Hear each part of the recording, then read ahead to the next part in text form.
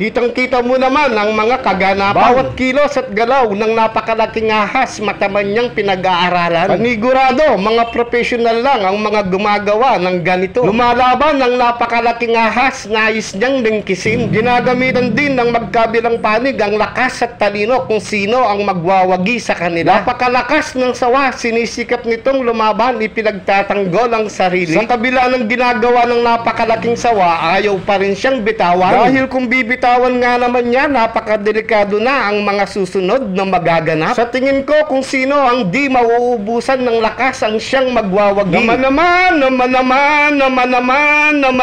nakikita mo na ang mga nangyayari. Halos makapigil hininga ang mga eksenang ginagawa nila. Walang puwang ang takot sa kanilang dalawa, bawat isa nais nilang magwagi sa labanan. Ang trabahong may ituturing ang panguhuli ng sawa, napakadelikado namang trabaho. Kung sakaling magtagumpay siya sa panguhuli ng sawa, ano naman kaya ang gagawin niya sa napakalaking ahas? Pagkakaalam ko, makamandag ang kagat ng sawa, napakadelikado. Hello, Felicia,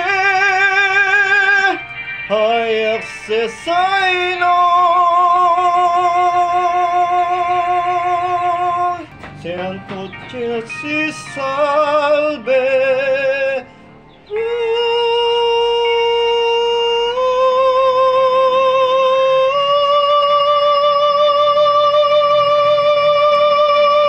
Sa pamamagitan ng kanyang talino at lakas, unti-unti siyang nakakawala sa pagkakalingkis sa napakalaking sawa.